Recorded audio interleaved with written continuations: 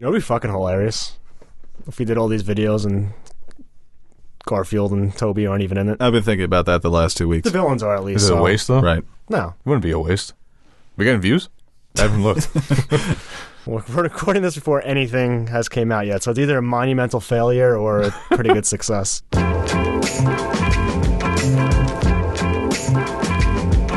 Hello, everybody, and welcome back to another episode of Nerd Soup. I am Bo Oliver, joined here today with Aaron and Teddy, and we are back to cap off our Spider-Man Revisited series with The Amazing Spider-Man 2, Rise of Electro. Apparently, that's the official title. Really? It's not just The Amazing Spider-Man 2? Internationally titled as The Rise of Electro. Smart.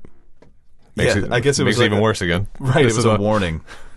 Electro's coming, so hide. Yeah, The Amazing Spider-Man 2, it's no secret, this is a movie that I have despised for a long time. I guess despise is a harsh word, but my biggest issue with this movie is that it doubles down on all the issues I had with The Amazing Spider-Man 1, is that there were no bold choices in that movie. It's not very ambitious, especially for a character like this. It's also not very imaginative. And I think that this one, like I said, it just doubles down on all of that. And emotionally, I think visually, creatively, there's not much that I get out of this experience, except Andrew Garfield is a very good actor and a very fun Spider-Man, and Emma Stone is a very good actor, but I knew these things coming into this. Yeah. So if they would have also sucked, I would have been like, something's wrong here. Go see your doctor. But they were the best parts of it. Everything else, I mean, I'll let you guys clean up the slop. Yeah, I'm going to come in hot on this one.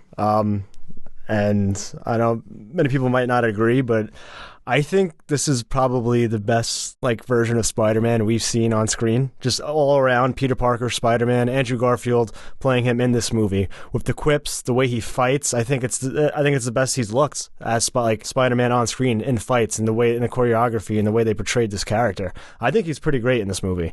That's something I never really picked up on, but watching this, I'm really enjoying his portrayal. And I'm really enjoying what they're doing with this character. But that's pretty much where my praises of this movie stop. Yeah, the end right there. And Gwen. I think Emma Stone and Gwen, they just have such good chemistry. When they're just walking and talking and kind of when they're being flirty and talking about we got to set some ground rules. Some ground rules? Yeah, some ground rules. Like that. Like what? That laugh. That's off the table.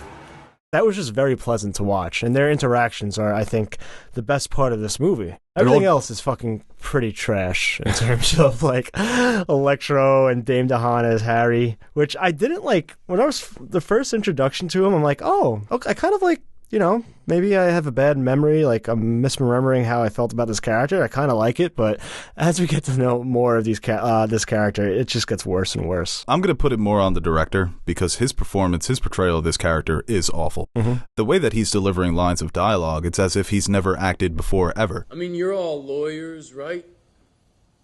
Surely someone must have questioned his sanity in the end. The scene when he meets Peter Parker, when they're reunited, these aren't two people who knew each other as children. These are two people who just met each other for the first time on set of a Hollywood movie. Garfield was trying. He was trying so hard. He was trying. You see the chemistry between Toby and James Franco compared to these two. They don't know each other. And like I said, I've seen him in other projects where he has been good, so I'm going to put that on Mark Webb. And I think Mark Webb is mostly responsible for the failure that is this movie and overall the reboot. It's a shame because it's such a great name for a Spider-Man director. Perfect name. Mark Perfect Webb. name. But also okay, the themes are inconsistent in the first one. I don't think there are themes in this one. Yeah. Are there? Because what are the lessons being learned? I guess it's, living with your father's legacy, living with the legacy that your parents leave you. I find it so fucking The weird sins of your father. Make your own that choices. he sees her dad everywhere. It's so weird. And he tells her, it's I see your dad wherever I go. Fucking weird. I guess In the bedroom? I think she kind of she kind of said that to him. I think Gwen's themes are more, well done and more fleshed out. Just her doing her own thing, trying to separate herself and worry about herself, or even things I make my own choices and I make my own decisions and I'm my own person. You can't be here right now. I'm not messing around. You can't be here right now. This is insane. Guess what? Nobody makes my decisions for me. All right? Nobody. This is my choice. Okay? I think that's thematically is much better. I love that she's not a damsel in distress.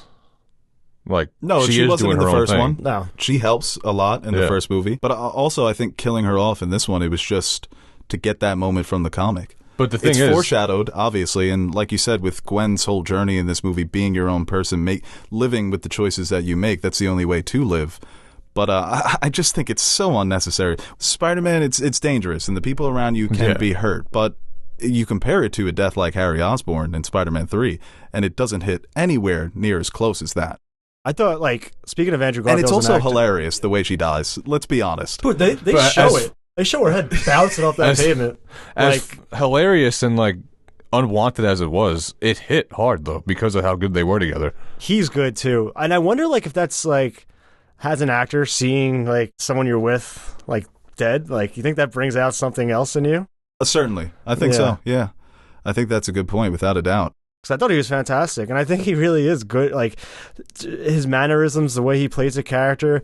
Like, we talked about with Tobey Maguire pretending to be cool and how terrible that is. But the way Andrew plays his character and, like, the way he acts, like, if they did something like that for his character, you can easily see him slip into something as a more charismatic and confident character. And I think he has a lot of those traits, but he plays it in such a kind of contained, still nerdy, staying true to Peter type of way.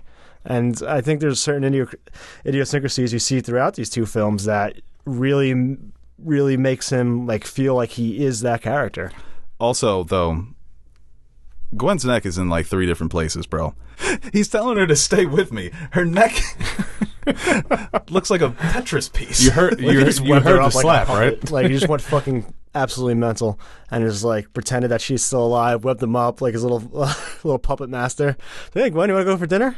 Yeah, sure. She's in his closet. Not moving to England anymore, are you? No, I'm good. It's I can't imagine what his Dennis Leary's going to be like. Oh my god! Digs up the grave, makes puppet Dennis Leary. Oh no! It's no secret that Electrode, Jamie Foxx's Electrode, was the worst part in the movie. Bro, this movie is so bad because of that. If they could have did a decent job with Electrode, this movie could have been really good. That's the same problem that I think Spider-Man 3 had, but their villains were a little more grounded and better. But at least in Spider-Man 3 wasn't that bad. Venom wants to kill Spider-Man because, you know, Peter Parker lost him his job. And this is just, I'm an Electro now, so... But it makes no sense because Peter Parker was trying to help him. Like, they were chopping it up. It makes 0 sense. Why do you hate him? What did he do to you? His, like, while he's still Max, is probably one of the worst characters like I've ever seen. How did Jamie Foxx sign off on this? In my life. It's such an annoying stereotype. He signed off on it because he knew halfway through the movie he was going to be made to look cool. He looks terrible. CGI slop. And it's so unfortunate because he's an incredible actor.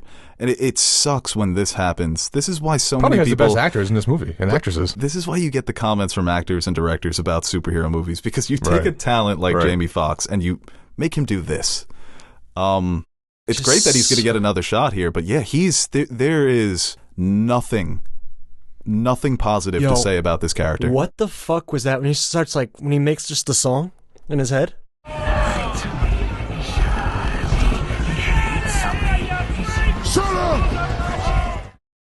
What the fuck was going on? That audio over what he was doing was driving me nuts.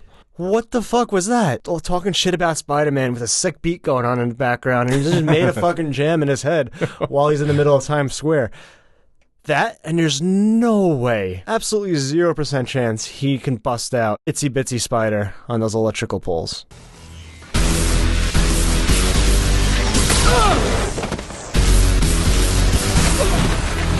I hate this song! That was so stupid. Doesn't make any sense. No, it doesn't. It's supposed to be cute, it's supposed to be clever, and it just comes off as silly. And like, if they like, there's maybe if you had like all you need. Give me one reason to trust you. Not all you need, but if you like had a guitar in his apartment, then I'd be like, oh, he's just musically inclined. That makes 1% of sense instead of just absolutely 0 sense that he's making fucking. It does. This is a pretty catchy song, even though I can't remember it right now. But I remember just bopping out. I forgot to mention in the Amazing Spider-Man 1, he's got a poster of Rear Window on his wall. So, cinephile Peter Parker.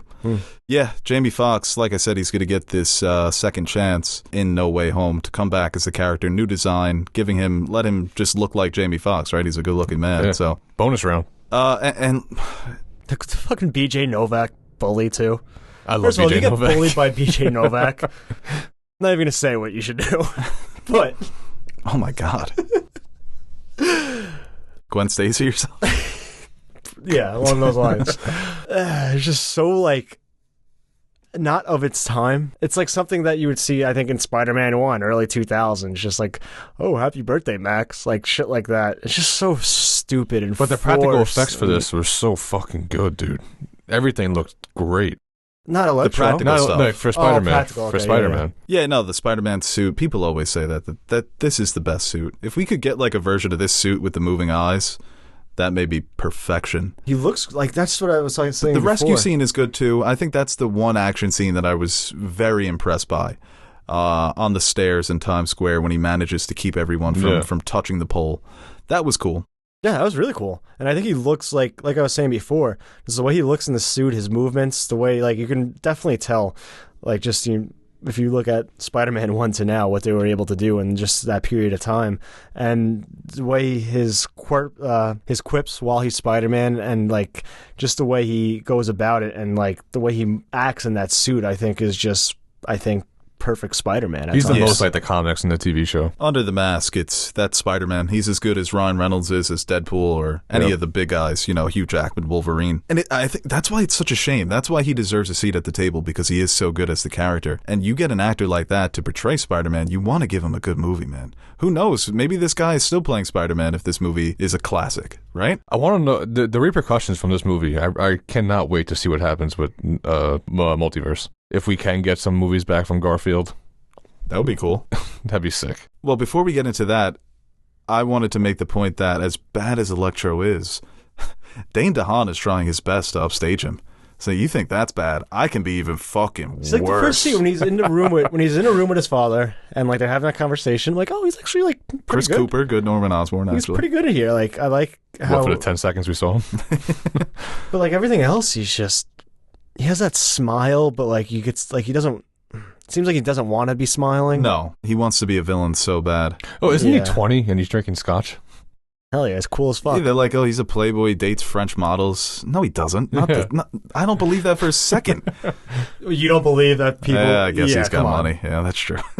He's a white guy with money. Oh, Who modeling. am I kidding? Modeling sucks. Not even the white guy with money. He's like just the super famished look to him. That's hot right now. That is true. He was ahead of the game with that. Yeah, Yeah. look malnourished. You could have all the models on you. Looks It's like, like oh, Pete Peter, Davidson. I'm dying. I need Spider-Man's blood. It's like, dude, just go to McDonald's. Go eat something. Just like Drink a milkshake, you fuck. Have Kim Kardashian, your new girl, take you to McDonald's. He looks just like Pete Davidson. He is so bad. Paul Giamatti, I don't mind actually because He's fun. Oh my, He's have some barely in it. You were John Adams, for God's sakes. when they asked Alfred Molina, "What are you most excited about returning to the Spider-Man universe?" and he was like, "It's all about the money for me." Alfred? For me, it's just about the money. That's true. Sometimes, Love it. sometimes you need a little, place in Martha's Vineyard. I'm sure. Probably told him like, oh, you're gonna be part of the Sinister Six. You're gonna have Oh, this big yeah. role. What I hated, though, is that they trailered that Rhino fight like it was going to be a staple in the fucking movie. And it's literally the know. ending scene. Which I kind of wanted to see that fight. A lot of people like that ending scene because of the kid and him showing back up. That's and- nice. I Yeah, I like his liked it, but I wanted to relationship see with the that kid fight. when he like saves him from the bully and he helps him out and everything. I thought that was all really nice. See, I but, thought like, that was so stupid. He's like, "You built this turbine? that's so cool. Shut up." Oh, now you're just being mean. It's just so cheesy and corny. It's just trying to show, oh, look, he's a good guy. Yeah. He's nice to kids. Yeah. And it works for me. I'm already on a man of Spider-Man's the side. I people. don't even see him being nice to kids. He's a man of the people. You know what? I'm actually glad, as much as I like Garfield, I'm glad that this franchise stopped, because what they set up with like Rhino, Vulture, Doc Ock is fucking awful. Whose idea was that? Oh, you saw the stuff in the background? All that? Their Yeah. plan, if this movie succeeded, was Sinister Six, and to go through it with that, with Oscorp tech being Yeah. applied to all these different characters. That's not what these characters are. I know, right? The way that they handled the Sinister Six in the video game, it comes out of a place of, it's very natural. That's why Where- this movie is so annoying to me, because it's just a stepping stone. This movie was made just for a stepping stone. It wasn't made with any love or like care for the character, you know? That's like such it, a good it point, was yeah. it was made just to make money, to set up future movies. It wasn't made to be a movie. And of course, it's Hollywood. All these movies, you're trying to make money, but we've seen it before that if you want to continue to make money, you need to make good movies. You can get away with one or two, and you're going to make some money at the box office by the time you get to three. I mean, but this one, $300 million. The budget for this was $300 million. I don't even think that's accounting for marketing, and it made $700. So you're barely making a profit. And this is what you got in terms of a look for $300 million? Yeah. As good as Spider-Man looks in that suit and the web swinging in the city, that's all fine. The majority of this movie looks like shit. That's another thing for Spider-Man 3. That budget had to be huge too, probably, after the success from 1 and 2. And we actually got what you would think the budget would be for that movie. You know, another thing. Right, exactly. Going back to Harry Osborn, I think that like corporate espionage / takeover was one of the stupidest, dumbest, shout out terribly to executed Felicity Jones subplots. I was going to say Felicity Jones. Yeah, right. I was like, hey. Early role, right? I know, yeah. But it's just so fucking stupid. Like, they just needed... I don't know what they needed, because you really don't need to force that part of Harry's story for him to be a villain. It could... I mean... I guess it adds something to it. I mean, I guess that combined with not getting Spider-Man's blood, which both of them aren't, like, I don't know, not convincing at all. It's not a villain towards Spider-Man, so though. Stupid. It's not like a hatred towards Spider-Man. Like, frame him for killing Max and keeping Electro, and you're out of the company, kid. It is very stupid. And there's a lot of stupid things about this movie. You would have to really take some time, put them all on a list, and figure out which are the stupidest. Then he breaks into what's supposed to be like a max security holding center. Takes out two guards with a taser. I actually like that when they killed him and then brought him back to life. That was actually cool. pretty scary. Yeah. It's like, we actually need him. Electro, it's a weird character. But you know what else hurts this movie? All the bullshit with Peter's parents. I forgot. Yeah, it's Is that in the comics? Is that a thing in the comics? I'm pretty sure it is based on a storyline or two or some I was wondering it iteration. during the Tobey Maguire, Dude, that opening Tobey scene... Maguire trilogy. We heard nothing about their parents, so I was wondering, like, in the comics, what are his parents to him? Ben Parker and fucking part of like he's like a fucking action hero, super secret CIA man. Well, Ben Parker's brother. Oh yeah, it should be. Yeah, Ben Parker, Big Dad. It's Vin Diesel and John Cena in Fast 9. One's a super spy, and the other one just fixes cars, but he's also a super spy. I'm sure there was a time or two. Scientist by day. Right. James Bond by night. Yeah, and like I get where they're going for, like with... And I do actually like the scene with May and Peter in his room when she's telling him the story, and kind of like he gets the full truth of it all, and kind of like realizing who like your real mother is and who your real father was. Not being caught up. And I think it was a nice little emotional moment when he sees that video and how hard that decision was for him to leave Peter. It gave him some closure, but like, I don't know, it's just like an unnecessary subplot that they spent too much time on instead of like, I don't know, focusing on other things. Yeah, you don't need it. You really don't need it. This whole connection of how that's how he got his powers because of the experiments that Ben or his father was doing with Norman Osborn. I think it's like a nice wrinkle that the reason why he was able to take the venom and become Spider-Man was because it was made with his father's DNA, and that's why it won't work with anybody else. Like, that's kind of cool. It's cool, but it's also they're tying things in that you just don't need that with Spider-Man. All you need is the one bite. It's like going back to Spider-Man 3. How did the symbiote get to Earth? Who knows? It just came in, yeah. They're trying to be clever. Like you said, they're trying to build in all these corporate espionage and conspiracy theories, and it just takes away from what you should be focusing on. And like, you made a great point that the movie doesn't feel like it was made out of love. That this is, that the writers and the directors all came together and really brainstormed of how they're going to create something that honors the character but is still different from the versions that we've already gotten. And I think that's why the MCU, they're obviously not perfect movies, but they're made out of love. And Garfield has so much love for the character. When you hear him talk about the character, how much it means to him, how much it means to everyone, he loved embodying this symbol. He would go to hospitals. He would always, take time out of his day to attend these events as Spider-Man. So that's why I'm glad he's coming back. But yeah, it's a little disrespectful to the character. It is. I think the movie overall is disrespectful at times, or all the time. Can we just take these two out and just like reintroduce Garfield in this one, in the multiverse one? I do wonder often if they are going to be in any other projects. I think there's a chance of that, man. I think that this may not be a one and done. He deserves it. Especially for a Garfield, you know? It could be a case where they do like Into the Spider-Verse 2, right? Let's get the gang back together. Right. Why not? They're going to have their suits, right? You would think? Oh, yeah. Yeah. Yeah, they're going to have That's those sick. fucking... Yeah, they're gonna be comparing fits. I can't wait. Yeah. Like, how'd you make that? Who gave you that? That's why I love Into Spider-Verse. But, I still love I want to watch. I might watch that tonight. Yeah, Near right? the end of the movie, when he defeats Electro, I totally forgot, and this happened the first time too, that Green Goblin was even in this. Yo, so did I. I thought it was over. I tapped my screen. I was like, oh my God, finally. Yeah, I tapped I had 21 minutes. I almost forgot to make this point. I don't believe that there's an ideal length for a movie. I think it's as necessary. The runtime is as long as it needs to be for the movie you're telling. But this, Yo. they went so far over the necessary line that somebody should be doing time in Guantanamo Bay. But you tap the screen and there's 20 minutes left, and Goblin, Oh my God. what the fuck was that? Dude, it was... And they fight for maybe 30 seconds. And Gwen just dies. Yeah, that whole scene, he just picks him up. He just picks her up and drops her, and that was it. Yeah. Now Gwen's, Yeah, and he gets Gwen. knocked out. Now Gwen's dead. How do you go from like just being like a, I don't know, obviously has a fucked up childhood and everything and abandonment issues. Sure, cool. But like when he's like first with Peter and they're having like those conversations, seems like a relatively normal guy in some aspects. And like now he's just gonna murder Gwen. Now he's like, Harry's dead. I'm going to murder Gwen Stacy. He's actively trying to murder her 3 different times. Like, he just stops fighting Peter sometimes. Like, oh, I forgot to go murder Gwen Stacy. Good for him that he got, like, this face back. It seemed like something happened at the end. Them trying to set it up is so fun. Where does funny, this rank? but it hurts. When you try to... Spider-Man's? No, in terms of setting up sequels. We've got this one. We've got the famous Green Lantern where Sinestro gets the yellow ring. It's like...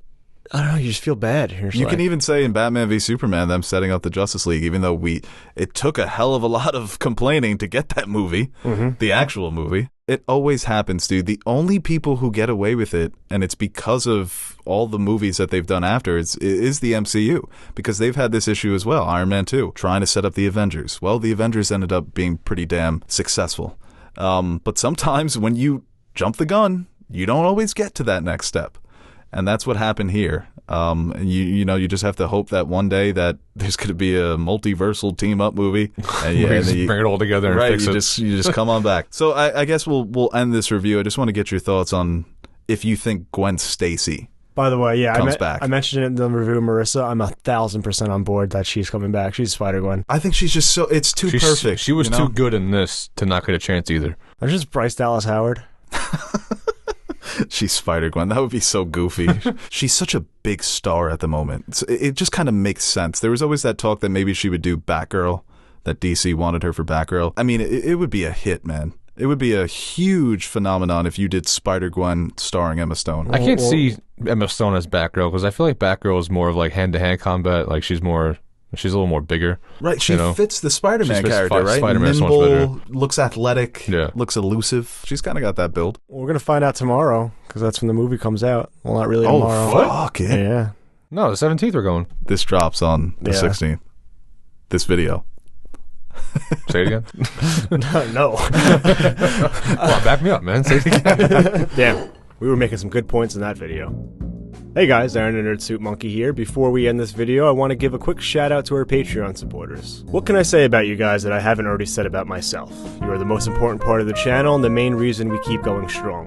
Like Bo says, you keep the lights on in the fridge so the fridge is full. Or something like that. So, from everyone here at Nerd Soup, I'd like to thank you guys for your continued support. If you're interested in joining the ranks of our patron supporters, head over to patreon.com/nerdsoup and check out the rewards we offer to our patrons. We recently dropped some new stickers for you guys to check out, or you could choose a tier that will allow you to select a movie, show, or video game for us to review. We've got a full slate of fan-suggested reviews coming your way, and we're really excited about the chance to review some of those movies and shows. We've also got t-shirts, mugs, behind-the-scenes videos showing how we bring our videos to life. And once again, thank you to all our Patreon pledgers who have been supporting us throughout the years. Without you, we wouldn't be able to convert all your pledges into cryptocurrency, so thank you from my future self for making us rich.